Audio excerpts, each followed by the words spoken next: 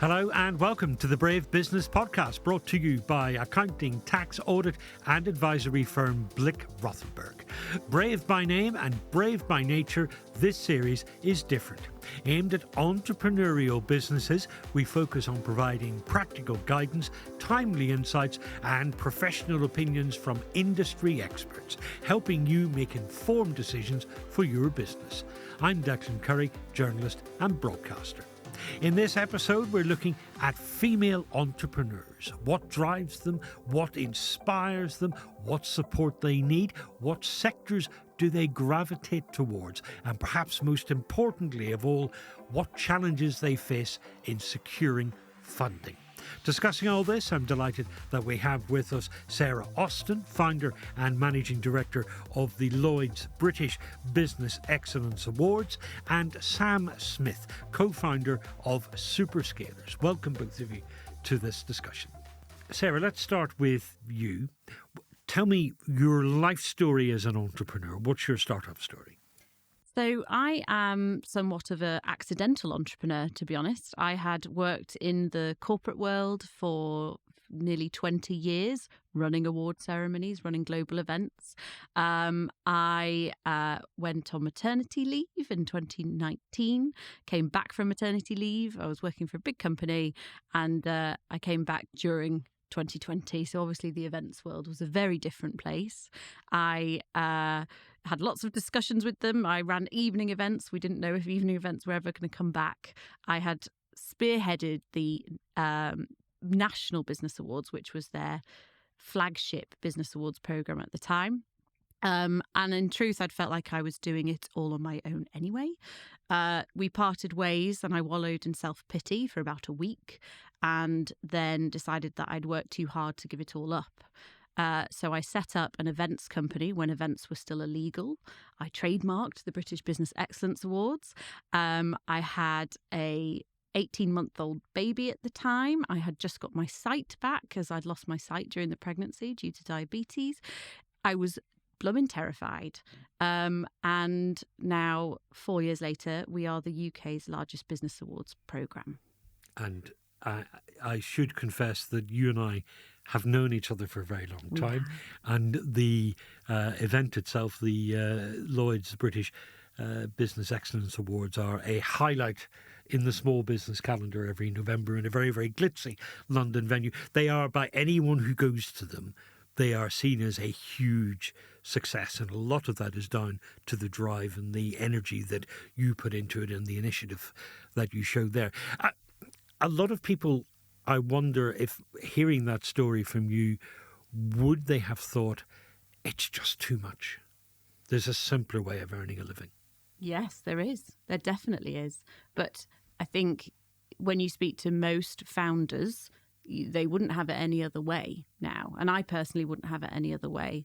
I definitely felt as time went on that I was slightly institutionalized by the career that I'd had before that.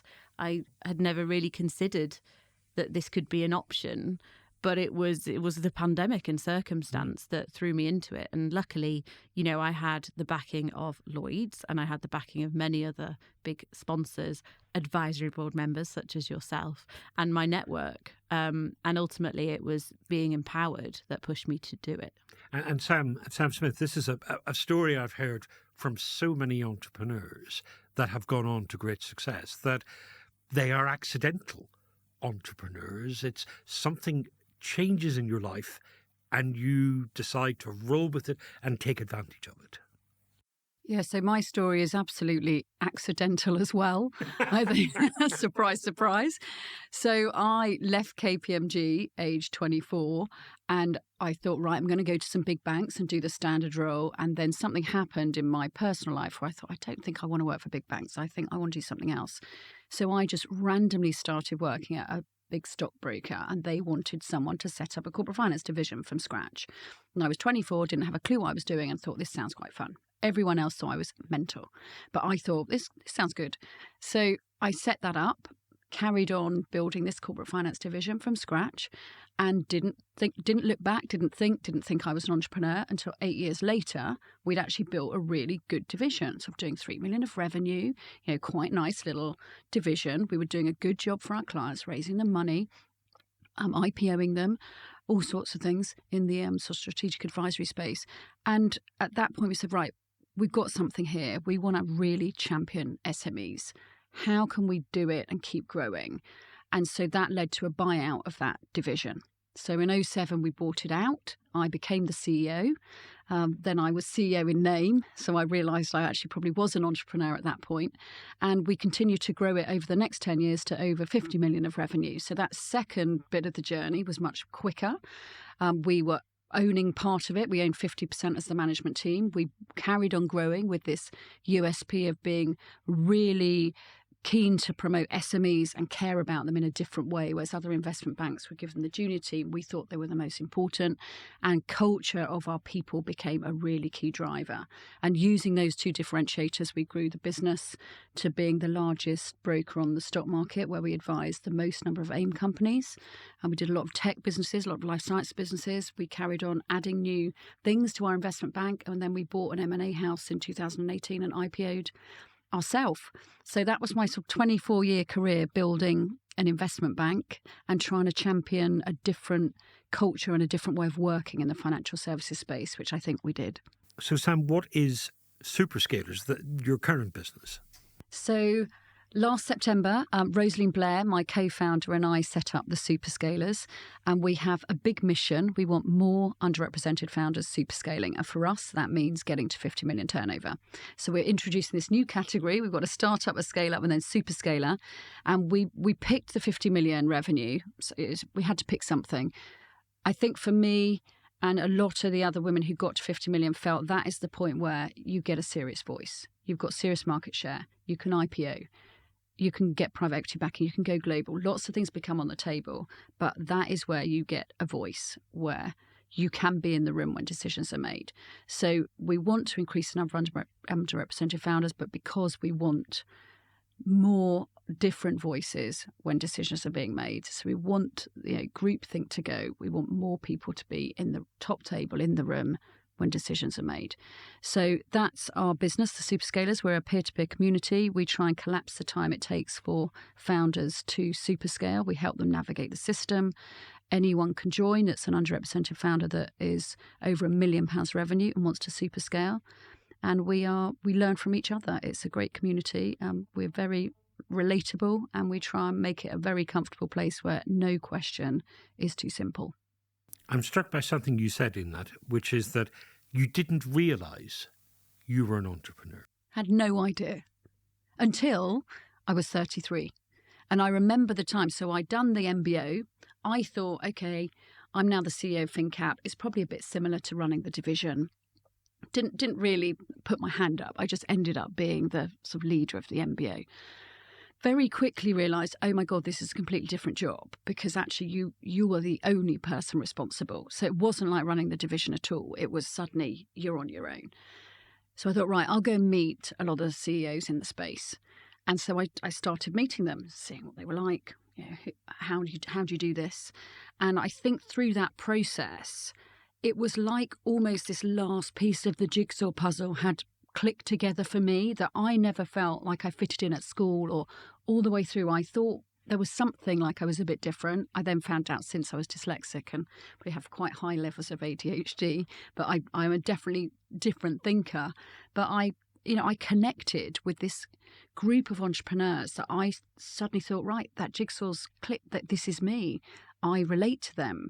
This is different. They think differently. They don't want to just go home after a hard day's work and have food and watch the telly. They're constantly active and doing things and thinking and want to change the world. So I found a tribe, probably age 33, and that gave me confidence to feel like I could be myself.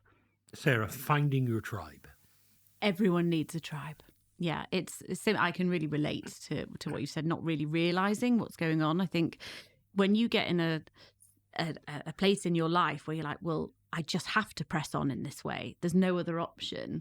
And it's funny you should say about, I think a lot of entrepreneurs, speaking openly, we probably do have a form of ADHD in us because it is the way that our brain thinks. But if you surround yourself with the right people, that is your tribe. And you'll know as you go through life in business, and out of business, who your tribe is. And really, I would not have any business now without my tribe.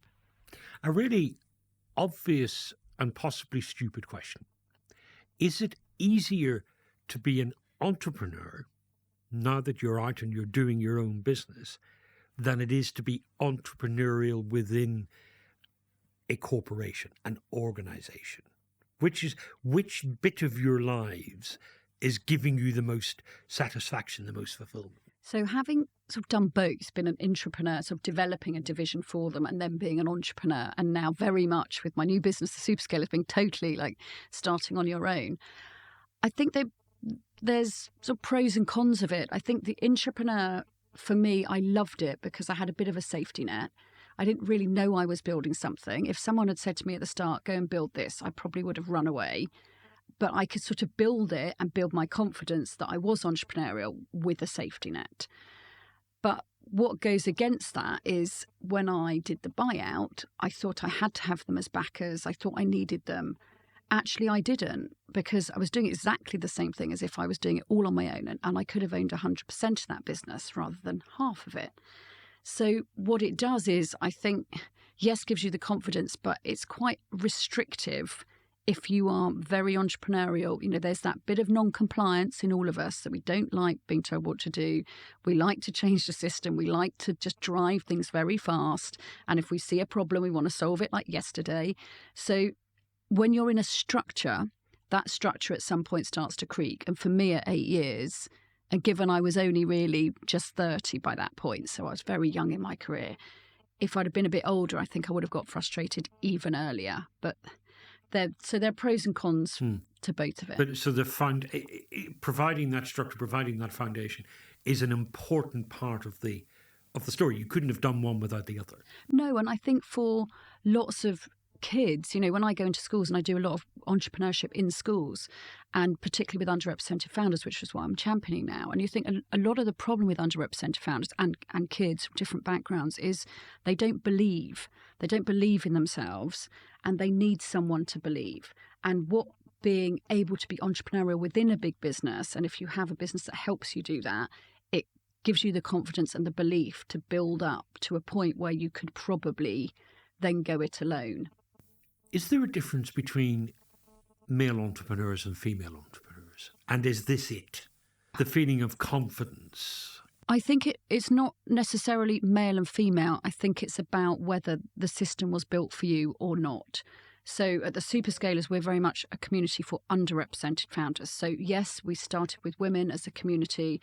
That is a community of people that want to speak to each other and have their own issues aside. But generally, if the system wasn't built for you and you're outside of that system, and that could be because you're from a background where you don't know anyone from that system, you're from a race that's completely underrepresented, you've got a disability, you're neurodivergent. There are many, many reasons the system wasn't built. It was built for a standard white man, really. So if you're outside of that system, you don't understand it, you don't feel part of it, you don't have a network, you don't have a community. So you're doing things on your own. So almost it's like I describe it as you haven't got the memo. And there are so many things that you don't know that if you were part of it would change your life, that it leads to different ways of building a business. So underrepresented founders, I've found, build businesses much slower. They iterate. They take the time to build up confidence. They want to build to leave a legacy. So it's very consistent with how family businesses are built. They're building them for a different reason in the first place. So that gives rise to lots of differences with how businesses are funded, the way we deal with them, the way advisors deal with them, because they're building in a different way. And I don't think that is necessarily going to change. Sarah, is this some of what you felt when you were building your business as well? 100%. I think there's this, it's also to do with the reason behind. And I think yes, regardless of male or female, we all have a reason that made us go into this. And it could be, there's lots of stats to suggest that perhaps underrepresented or female founders can build their business on their own personal, very sometimes emotional reason. Mine was an emotional reason as well. They will build slowly, probably provide more IRR and down the road, but they're probably more likely to exit before. So it just really depends, I think, on the reason behind. But I do find in the businesses that I speak to and fellow female founders, our reasons are different to that of male founders. Did you find that you had enough support when you were starting your business, or that you knew where to go for support, or that there was an ecosystem there to help you? I think simply because of the world that I operated in, I felt like I did have that support. So I was lucky in that sense. So again, coming back to Sam's point about the foundation then. Yes. Exactly. But I know, there's a lot of people out there who might not have been quite so lucky. But at the same time, when you look at it in the fold, so for example, yesterday I spoke to a group of female founders saying I was coming here today, and the main question was, yes, there's lots of support out there, but what do female founders actually want? They want cash. You need cash to build a business, amongst many other things. But really, the stats speak for themselves. But that comes through as the number one thing. It's access to funding. Yes. With Sam, did you find that your background in finance, I assume that was helpful to you in terms of understanding where you get funding to set up your own business? Yeah, absolutely. And I think working with so many entrepreneurs, put me in a system where it starts to become in your DNA. So you're working with hundreds of entrepreneurs. You're seeing thousands of businesses because we're looking at competitors. We're meeting, 10 businesses every day to decide which ones to raise money for or not. And you're seeing the financials of those businesses and how they have been built up to date and how they're going to move going forward. So what I think I found, not just about the funding landscape, but a realization that companies don't grow in a linear way. Companies grow in an exponential way. So yes, they take ages once you start to build and get to critical mass. But once you get to a point where they're scaling, you start getting into exponential growth. You start doubling. And if you look at hundreds and thousands of businesses, and once you know it, you see it everywhere. Companies don't go from 20 million to 21 million turnover. They go from 20 million to 40 million to 80 million to 200 million to 400 million to $1 billion. That companies in every sector follow this same pattern of exponential growth. I only realised very recently that this was something that other people didn't know. So I'd become to know it because I was in that industry, and you're seeing companies doing it all the time. The same thing with funding. You're in the jargon, you're in the day-to-day of what's going on, and you start to work out what people are talking about because it's so regular in your day-to-day language. But for anybody else who hasn't been in that world, it's completely, it's jargon. You haven't got a clue what's going on, and you don't actually know this is how companies grow. So a big thing that we're doing at the moment with our SuperScalers is just going out to say, did you know this is how growth works? Did you know this is how the funding landscape works? Taking all the jargon out of everything and just explaining it in very common sense language that's relatable, to almost say, now you've got the memo. You've got the memo that everybody else had from the start because they had a network and they just get it like that. Most people who are building from scratch, who are from different backgrounds, female founders, don't have that same memo. So these are two distinct phases then. Starting the business and the funding challenges there, and then scaling the business, which requires not just a different level of funding, but a whole different range of circumstances. Sarah, just take us back to the starting of the business. Where do you look for the funding? Well, there's a range of options, and that I really relate to what you've just said about making all of the language relatable, because I think a lot of people don't understand there are many different avenues. I myself didn't fully understand it. And I think, once you get to the right advisors, find your tribe, they'll be able to explain it to you. People like yourself being able to pick the right avenue. Well, what was your journey? How did you get the funding that you needed? Mine was a slightly different proposition in that, again, I wanted sponsorship effectively for my product, which was the awards. So I had a financial backing of a different sense. But we, as a business, we award businesses who go through this process. So it's interesting to see, when it's a product-led business or if it's a service-led business, what's the type of funding that's right for you. But ultimately, I feel quite passionately in ensuring that an individual, a young woman, a young girl even, knows that it's an option to start your own business. And just that, like you just said, between startup and then scaling, if you don't actually have the idea and have the confidence and empowerment to go for it, you won't get to that next stage. Sam, just talk us through some of the steps for anyone who's listening to this who is in the position that both of you were in an organization, but with that entrepreneurial urge. Those first steps to get the funding you need to get your business off the ground, typically, what are they? What doors do you knock on? Okay, so it depends what sector you're in. So quite often what happens if you're an entrepreneur, you see something being done badly and you want to go and leave and set it up and do it a different way. For me, it was about the culture. So it wasn't necessarily a different product. It was just a different way of working. For other people, it might be a product or service or something different. So as soon as you've got that idea, most people will find that they have clients that know them, respect them. So quite often you find service businesses, you'll leave with a client that knows you and might give you your first project.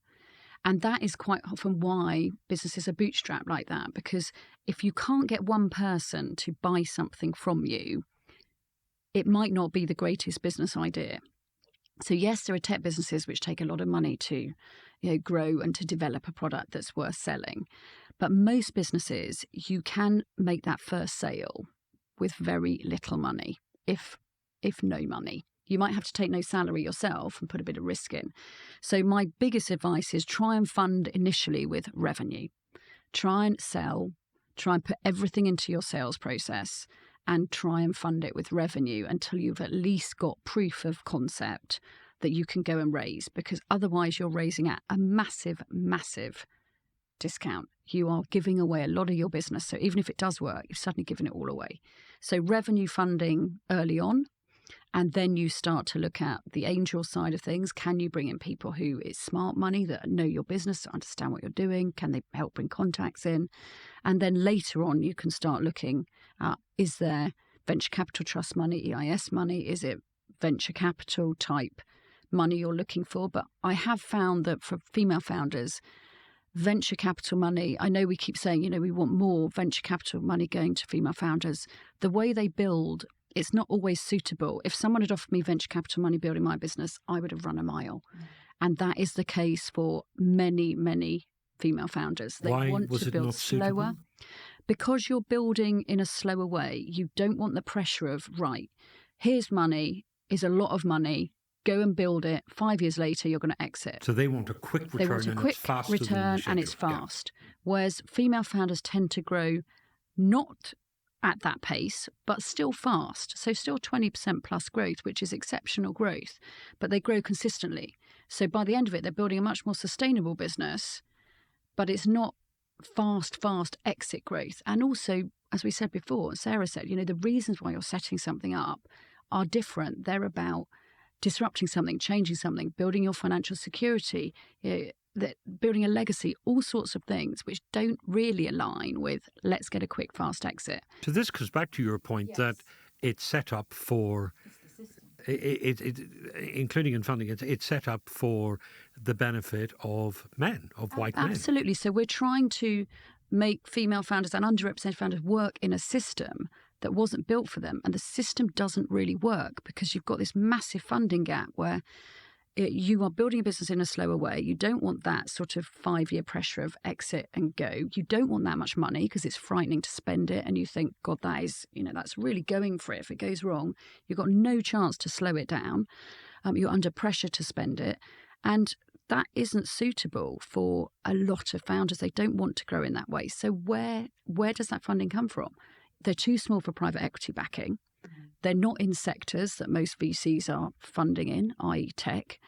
And they're not wanting to raise in the way where the return has got to be so fast. So you have this massive gap where you need patient capital, you need long-term capital. So I think what we need is different forms of funding that are suitable for the founders that are building in a different way.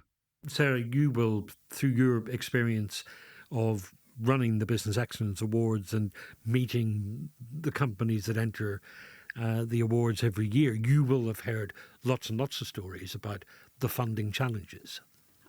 Yes, and I think that particularly for women, when you're looking at the journey of what your business could be, they might have other pressures that are amongst them. Again, motherhood being one of them. It's probably not as important for them to exit within 5 years. It's more important that they can be there to pick up their child from school every day, work certain hours that suit them. So really, it's what we're doing today. Open the conversation at the very least, so people, financial backers, can understand the challenges that are amongst different underrepresented backgrounds of entrepreneurs. It's something that's very important, I think, to just simply talk about.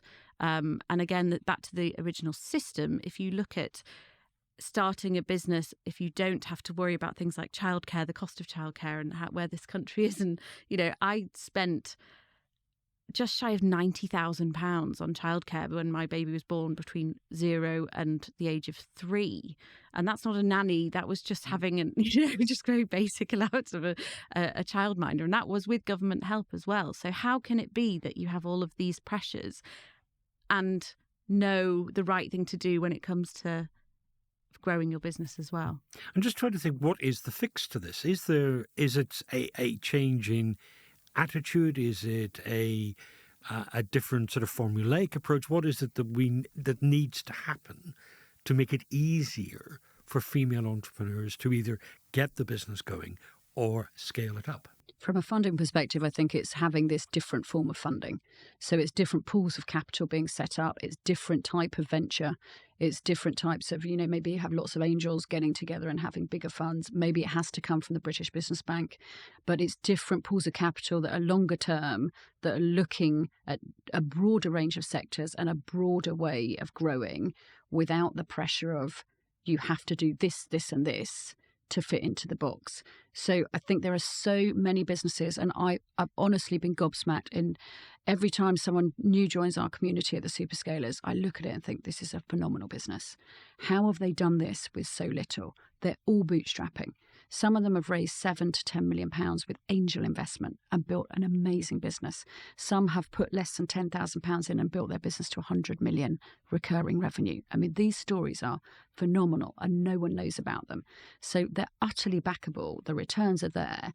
They're just not fitting the mold that we currently have. So I think solving this funding gap is really important, encouraging more women to be angel investors, to back those women, and trying to encourage funds to back sectors, not just tech. The sense I'm getting from both of you, and Sarah, perhaps you might have a thought on this, is the importance of leaning on each other, that other entrepreneurs will help because they may have been through this journey already. Yeah, the sisterhood is a real thing. That's what people relate to. And if you can share your experience with someone, that feeling that you get, it's like, oh, it's not just me. And that, I think, for women in particular, is something that we all can relate to. It does also very much start from the very beginning. When I was at school, it wasn't really spoken about that you could do it yourself. It was like, and when you go out into the world of work, this is what will happen. So, it's wonderful to hear, when you go to schools and talk about entrepreneurship, that actually just spreading the word from the very beginning, that's what will make a difference. Well, it's interesting. There's a great video that's come out with the females, sort of taking off the firefighter hat and the pilot hat, and the surgeon, and they're women, and the kids all go, oh my God. But views are formed between 5 and 7 of what your potential... As young as that? 5 to 7, yes. Yeah. Which is why I've been always championing, we've got to get entrepreneurship and entrepreneurial thinking and role modelling into primary schools. It's too late later on. So we need to showcase you can be anything you want to be. And there's a terrible stat, which I don't think has moved on from when the report came out, which is 80% of 11 to 18-year-olds can't name one female founder, not one. So last year on International Women's Day, we put into schools all the female founders that had built a business to 10 million revenue and were scaling. And that went into their local school so they could see all the female founders in their county that built a business to 10 million. So that's starting to make a difference. But this is a long-term game. This is getting in at every intervention to say you can be it. We showcase, we role model people. When we looked at SuperScalers, we've only found 80 women that have ever built a business past 50 million turnover. That took me a year to get the data, a year to find them. And those women hadn't met each other until about a month ago when we started these range of dinners. So we're starting with an ecosystem that is not been formed very long ago, and there is exponential growth in it. It's very exciting. Do you need to get professional advice when you're looking at funding? Do you need someone, a trusted guide, to hold your hand through the process? I think it is very helpful to have someone. That doesn't need to be a paid-for advisor, but someone who's been through the process. And I think the other thing I really try and encourage our female founders to do within our community is make sure you do the work to understand. So we're trying to help them navigate a system and trying to uncomplicate financial jargon, but you can't get away from not understanding it yourself, because then you do get problems. You have people who you walk in a room and they'll make you feel silly and you'll get completely legged over. So yes, advisors are great. At a certain point beyond probably raising 1 or 2 million, I would definitely think about an advisor. I think they're worth every penny if it's a good one. But before that, you might not want to spend the money on one. So just finding someone who knows what they're doing, but don't leave it to everybody else. Do try and go to the places you can learn. Join SuperScalers, join these other communities where you just can find out what is going on from a community that have been there and done it. Don't leave it to someone else. Is there a glass ceiling? We talked about the different approaches to funding when you're starting and when you're scaling up. But is there that invisible ceiling that means it's much harder for businesses set up by women to get to the scale-up point? I don't think there is a glass ceiling. I don't think it's harder. I think it's about the fact that the ecosystem of women building businesses has not been around for a very long time. So it's taken us a long time to find the 80 SuperScalers that have grown to 50 million and beyond. They've all been doing on their own. They've all been disrupting their own sectors. For example, me in financial services, Rosaline in talent management, disrupting the RPO industry, Trinny Woodall in beauty, all disrupting things on their own with no network, no community. So yes, we went through and built something of serious scale, but we've done it because we're sort of almost trailblazers doing it, that you are just that one person who's just going to carry on whatever. Many people coming through, because we don't know who they are, we don't have the role models, we're not showcasing women building businesses of serious size. You don't know what's possible. So I think it's all the glass ceiling stems from the fact that we just haven't got many who've done it. We haven't showcased them. We haven't, built a community to say, look, you can do exactly this. We're all normal. We're exactly like you. For some reason, whatever these 80 did, just managed to get through and keep going. But everybody else is capable of doing that. They just don't have the role models to say there's somewhere to go. I don't think it's a funding problem. I don't think it's a real glass ceiling. Role models is obviously incredibly important. I think back, mentioning Trinny Woodall, who accepted the Inspiration Award at our 2024 British Business Excellence Awards and went up on stage and said, right, this is the reality of my story, my situation. She had over 200 meetings for private equity and only got one offer. So the more that we can share these stories, Trinny had the backing of the beauty industry at that point, but she still had to go in and persuade people. I think, from what you were saying about, is it difficult? I don't think perhaps a female founder wants to have that label of, oh, it's difficult, because we also get that sort of victim, oh, it's harder for us. we just want to be treated fairly. I think that's the main thing to remember. I'd love to meet the 80 women and learn every single everyone's conversation. Got a story, but I think for me personally, and a lot of people want to talk about the glass ceiling with me in financial services because I was the first female to run an investment bank and a stockbroker. Well, for me, if I'm honest, I didn't find being female a problem for me because I just kept going, which is why I say, the ones who kept going are the ones who built them.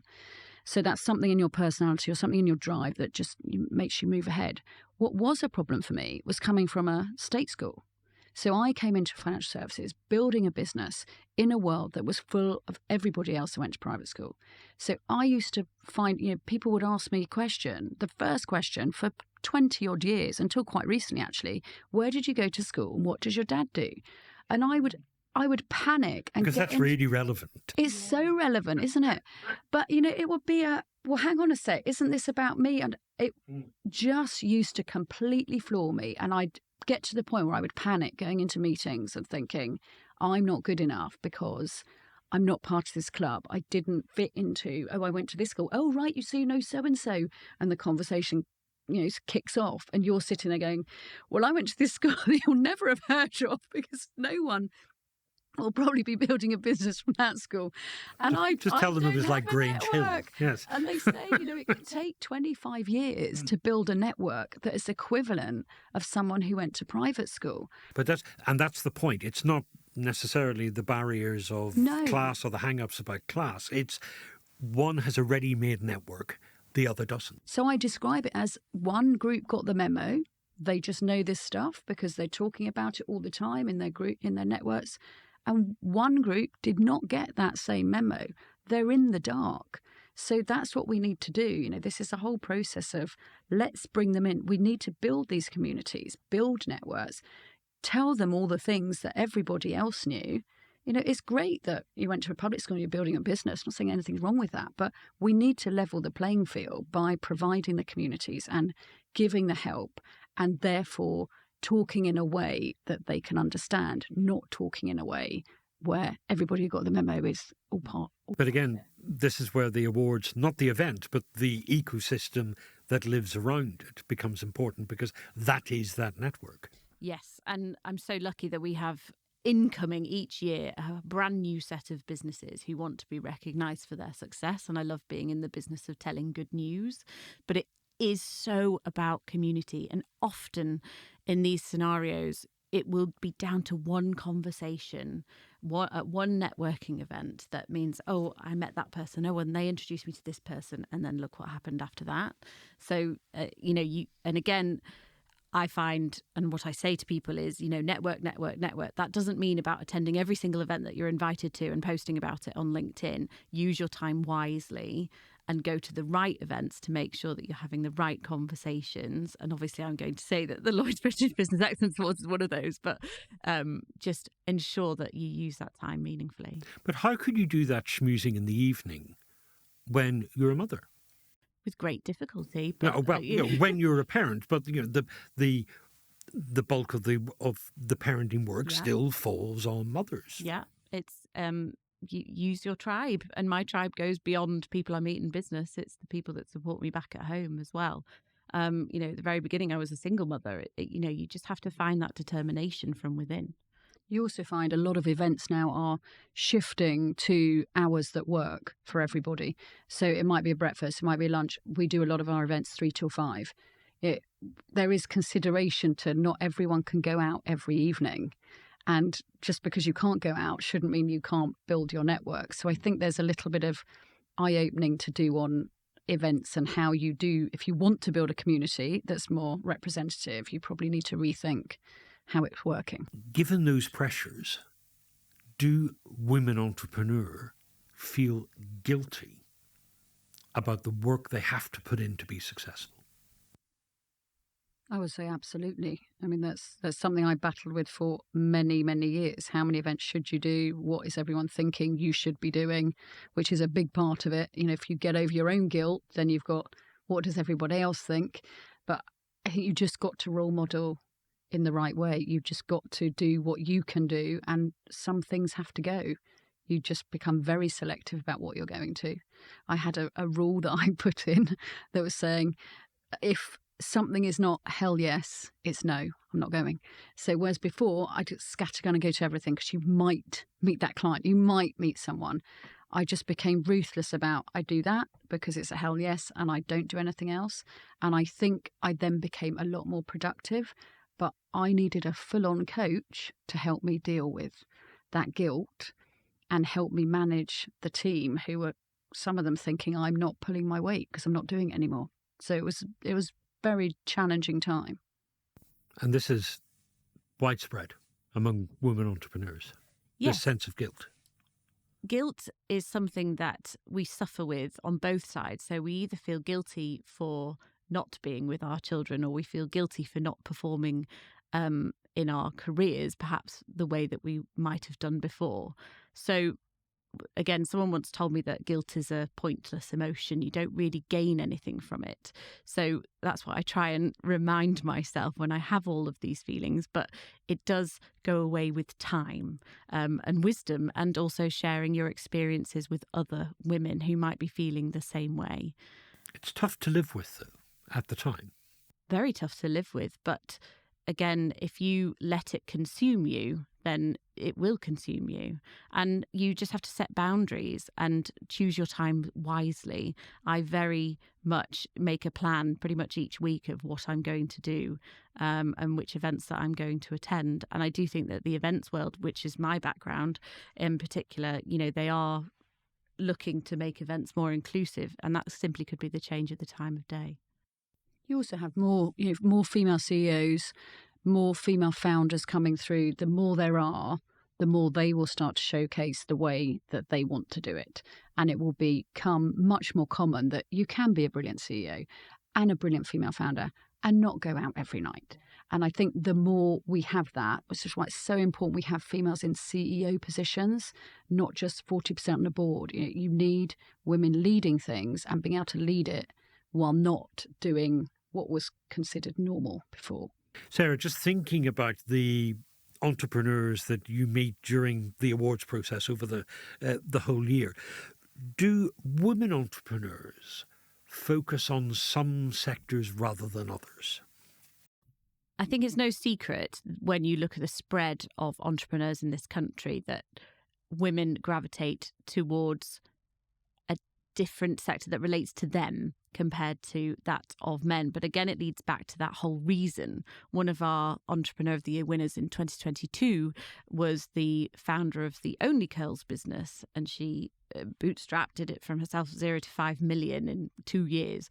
And that was because she had curly hair and she wanted the right product for it. So she just went out there and did it herself. So it really depends on the reason. And again, it does go back to the 9 times out of 10 emotional reason as to why they started that business, and that's the sector that they find themselves in. I'm from the events world. The events world is full of women. Historically, it was sort of full of women but managed by men, but you are seeing the tides change. So really, it's a difficult question, because I do think it again leads back to the funding question of who's going to get funding from which sector. And it will naturally be that you're going to know certain sectors over another. Are there sectors that women entrepreneurs gravitate towards?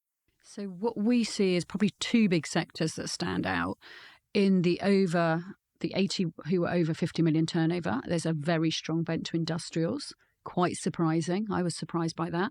Second biggest sector is business services.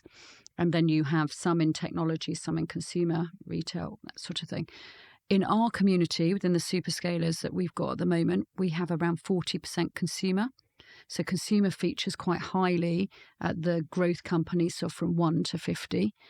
And they are, beauty is a very fast growing market. That's a very exciting market. You saw in the Times had a recent trailblaze. These are the people in beauty who have built a big business, and 6 of them were SuperScalers, female founders in just that sector. So that's big and growing. But consumer is big, and then the rest of ours sit within business services.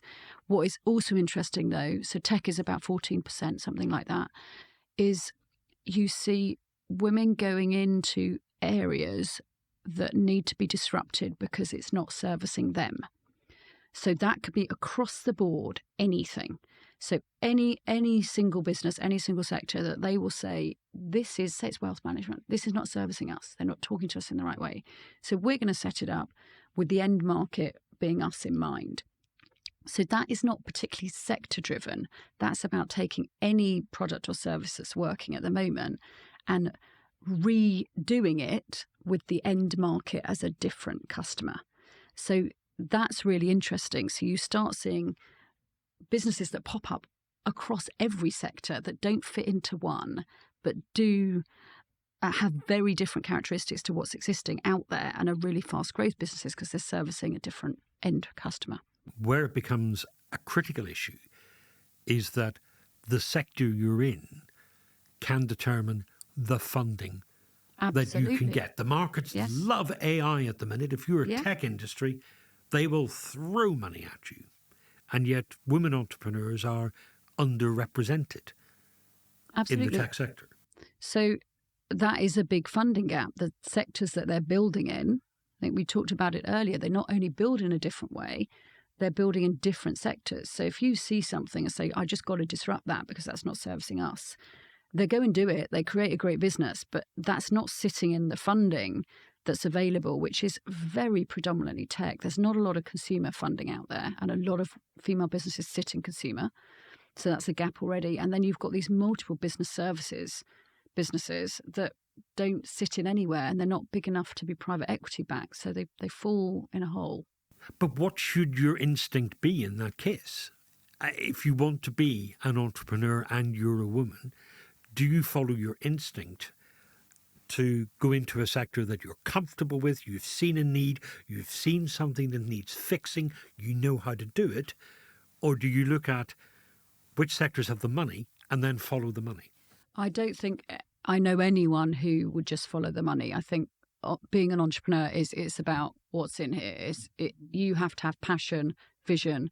If you don't utterly believe it and you're trying to solve a problem that means something to you, you're not going to win. You're just not going to be able to do it. It's too tough an ask to build a business unless you believe it. So businesses are just built, we both, Sarah and I said at the beginning, we're accidental CEOs. Many are the same. They just go into something, they solve it, they want to do something different, and they just go and do it, which is why they all bootstrap. So you don't really have a choice to sit there on day one and go, I think I'm going to be an entrepreneur and I think I'm going to pick that sector because there's a lot of money in AI. I think that is really hard to do.